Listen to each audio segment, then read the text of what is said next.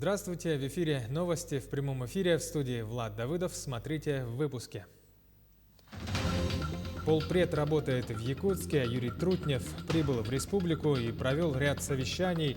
О чем шла речь? Борьба с коронавирусом в районах Якутии, идет активная вакцинация. Сюжет из Алекминского района.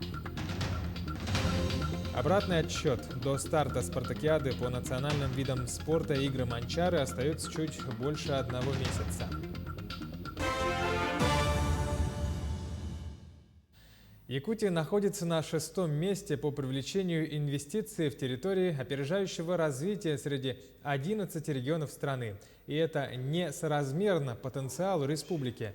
Об этом заявил полпред президента на Дальнем Востоке Юрий Трутнев после совещания с главой Якутии Айсеном Николаевым, где обсуждалось развитие территории опережающего развития. Напомним, на территории республики создано 2 ТОРа – это Якутия и Южная Якутия. Реализуется 40 проектов резидентов на общую сумму около 124 миллиардов рублей. И главное, чего удалось добиться в результате поддержки реализации этих проектов, это дать вторую жизнь городу Нерюнгри, отметил Юрий Трутнев. Создано около 5000 рабочих мест. Компания «Колмар» ведет работу по созданию 2 горно-обогатительных комплексов Инаглинский и Денисовский. В Саха-Якутии существует 2 ТОРа. В Якутии этого мало. Якутия сегодня находится по, скажем так, объему привлечения инвестиций в территории опережающего развития на 6-м месте среди 11 регионов.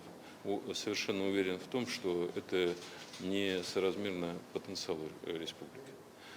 То, как сегодня люди работают, то, как развиваются здесь высокие технологии, говорят о том, что сделать можем больше. Вот мы еще только начали работу сегодня, мы ее продолжим, поищем вместе резервы развития. Я считаю, что совещание, которое сейчас мы вместе проводим, связано с развитием энергетики, с более эффективным использованием потенциала полезных ископаемых. Для того, чтобы действительно ускоренно прорываться вперед, нам нужны темпы экономического роста не ниже 7%. А для этого нужен другой объем привлечения инвестиций. Вот я попросил коллег из Министерства по развитию Дальнего Востока, корпорации, просчитать эти цифры и просто сделать их плановыми показателями по каждой разбить по каждой территории Дальнего Востока. Мы сейчас видим, что благодаря развитию этих территорий многие проекты у нас из разговоров перешли в практическую деятельность. ТОР Южная Якутия, на мой взгляд, на самом деле, вот я полностью согласен, он спас город Нерюнгри, он спас целый Нерюнгринский район, и благодаря именно этому проекту сейчас и другие проекты на территории района, в том числе и малых угольных разрезов, в том числе и Эльгинский угольный проект уже заиграли по-другому, и сейчас очень активно идет развитие города Нерюнгри, и впервые, вот мы сегодня перед Юрием Петровичем поставили такой вопрос, просьбу поддержать нас в рамках уже строительства жилья для города Нерюнгри, причем квартал, это не просто 1-2 дома, это целый квартал на 100 тысяч квадратных метров. И мы очень надеемся, что Министерство развития Дальнего Востока и Арктики в рамках единой субсидии данный проект рассмотрит и поддержит. Проекты по ТОР Якутия тоже очень важны. Это и проект круглогодичного детского лагеря, это и проекты уже, которые будут реализовываться в Нижнем Бестяхе для местных товаропроизводителей, оптово-распределительный центр, это и Жатайская судоверфь, это и те проекты, которые у нас реализуются в Кангаласах. Они вкупе, конечно же, дают развитие огромной территории, вот, которая сосредоточена у нас вокруг города Якутска. Конечно же, темпы надо усиливать. Мы уверены, что здесь и будут развиваться не только вот промышленные проекты в рамках ТОРов, но и социальные проекты. К другим новостям. 100 человек заразились коронавирусом по Якутии за минувшие сутки. Из них большинство в столице, 60 случаев, по 6 заражений в Вилюйском и Мегино-Кангаласском районах, по 5 в Амгинском и Усть-Алданском. В Чурапчинском районе 4 заболевших, в Аймяконском и Хангаласском по 3 случая. Еще в 4 районах заболели по 2 человека. В самом разгаре массовая иммунизация населения Якутии. Всего в республику поступило примерно 198,5 тысяч доз вакцины. Первый компонент получили 170 тысяч граждан, второй компонент почти 113 тысяч. Использовано таким образом 86% от общего объема препарата, поступившего в регион. В районах идет активная вакцинация. Например, в Алекминском Улусе завершается освоение последней партии вакцины ГАМ-ковид-ВАК, поступившей в район в количестве 5260 доз. Подробнее наш корреспондент Елена Фаст. В Алекминском районе продолжается вакцинация населения от новой коронавирусной инфекции. Последнее поступление составило 5260 доз. На 1 июня освоено 5022. Это составляет 27,8% от численности взрослого населения. А если от плана, то это будет 38,9% от 70%. Также ожидается поступление дополнительной дозы с республики.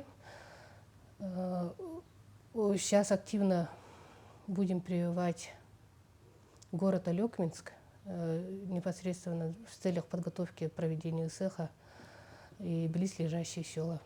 Новое поступление вакцина ГАМ-ковид-ВАК подходит и на вакцинирование вторым компонентом – те, кто прививался ранее. Второй компонент получил и глава Алекминского района Николай Харбин.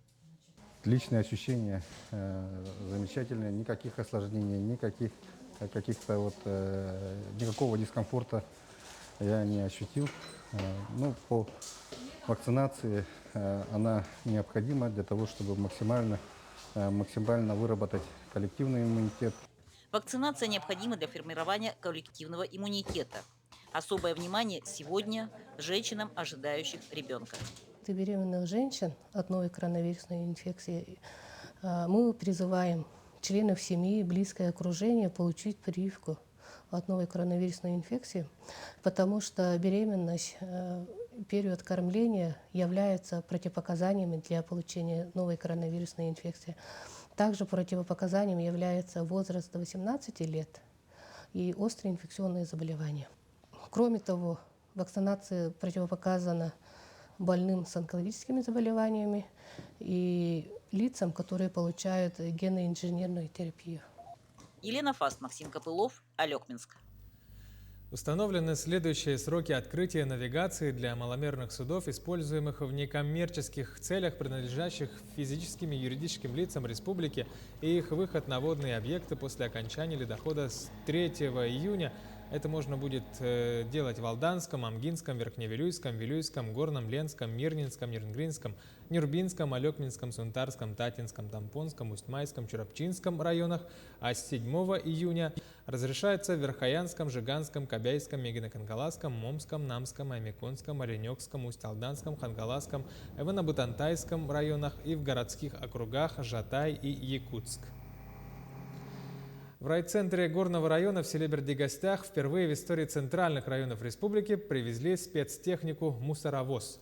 Новый ГАЗ-53 приобретен решением оргкомитета Игоря Манчары по финансированию Министерства ЖКХ и энергетики. Техника в день может загрузить до 100 кубов твердых бытовых и коммунальных отходов. Ключи от новой техники доверили ветерану-водителю района Василию Тимофееву. Сегодня для жителей Бердигостях знаменательный день. Для твердых коммунальных отходов, для бытовых отходов Сахаспецтранс нам предоставил спецтехнику. Это отрадно, потому что вот на днях мы будем встречать Игоря Манчары. И новая техника будет использована также для многоквартирных домов, вновь строящихся. И надеемся, что благоустройство села будет улучшаться. В Тампонской многопрофильной гимназии имени Штырова на торжественной церемонии «Первая высота» наградили лучших учеников, победителей гимназических, районных и республиканских олимпиад и конкурсов, рассказывает Мария Винокурова. Весь год ребята работали над собой, развивали свои способности и добились немалых результатов в учебе, спорте, художественной самодеятельности и общественной жизни. По итогам года 21 ученик стал отличником. Каждому директор гимназии Петр Новгородов вручил грамоты и статуэтки. Вместе со своими учителями они преодолевали трудную дорогу к знаниям и покоряли новые высоты. Я в гимназии учусь совсем немного, всего лишь 2 года, но мне очень приятно получать такие награды. Для меня это было очень неожиданно, а это значит, что мой труд оценили. Также лучшими из лучших стали 50 учащихся с 5 по 11 классы. Награды вручали учителя-предметники. Счастливый миг признания своих успехов в стенах родного учебного заведения – это важно для учащихся, которые добились значимых для себя целей. Выступления танцевального ансамбля «Нежность» под руководством педагога Айланы Александровны украшают любое мероприятие. Вот и на собственном торжестве воспитанники создали особую атмосферу праздника. Я хожу в ансамбль с 7 класса 5 лет, и за эти 5 лет я смогла побывать в многих местах, поучаствовать на многих конкурсах. Я рада, что я смогла быть частью этого огромного ансамбля. Первая высота отныне станет главной традицией, которая открывает страницу вереницы звезд в новой гимназии. Мария Винокурова, Богдан Тиянич, Хандга, Тамбовский район. В Амге на территории базы Центра экологического воспитания юных туристов открыли веревочный парк. Это первый такой парк в заречных улусах республики. Идею создания веревочного парка придумали и реализовали сами работники станции юных туристов. Установку сооружения парка работники начали еще весной. В реализации этого проекта неоценимую спонсорскую помощь оказали местные организации и предприятия. Они предоставили строительные материалы и помогли в установке сваи. Протяженность маршрута парка 80 метров, а высота точки достигает около 3 метров. Основная цель этого нашего проекта – привлечение детей, подростков, населения к туризму, пропаганда туризма. Всего в веревочном парке 7 этапов. Этапы разные, уровни тоже разные. До старта спартакиады по национальным видам спорта игры Манчары остается чуть больше месяца. Подготовка к главному старту идет полным ходом. Сегодня оргкомитет игр представил журналистам спонсоров и партнеров предстоящих игр. Известно, что на такие крупные спортивные мероприятия требуется большое финансирование, поэтому привлечение сторонних спонсоров является необходимой мерой. Общая требуемая сумма равна 15 миллионам рублей, и на сегодняшний день привлечение сторонних средств продолжается. У нас, к сожалению, исходя из эпидситуации, которая складывается в нашей республике, в целом по стране, эти мероприятия будут происходить с учетом определенных ограничений и требований, которые предъявляются со стороны надзорных органов. Это, во-первых, работа по вакцинации всех участников и организованных гостей, и, во-вторых, соблюдение мер безопасности. С точки зрения организационной работы, то работа на финишном этапе, в том числе по строительству объектов, по благоустройству территории. И я думаю, что в течение июня месяца будут эти работы завершены. Таковы новости к этому часу. Итоги дня подведем на канале Якутия-24 в 20:00. До встречи.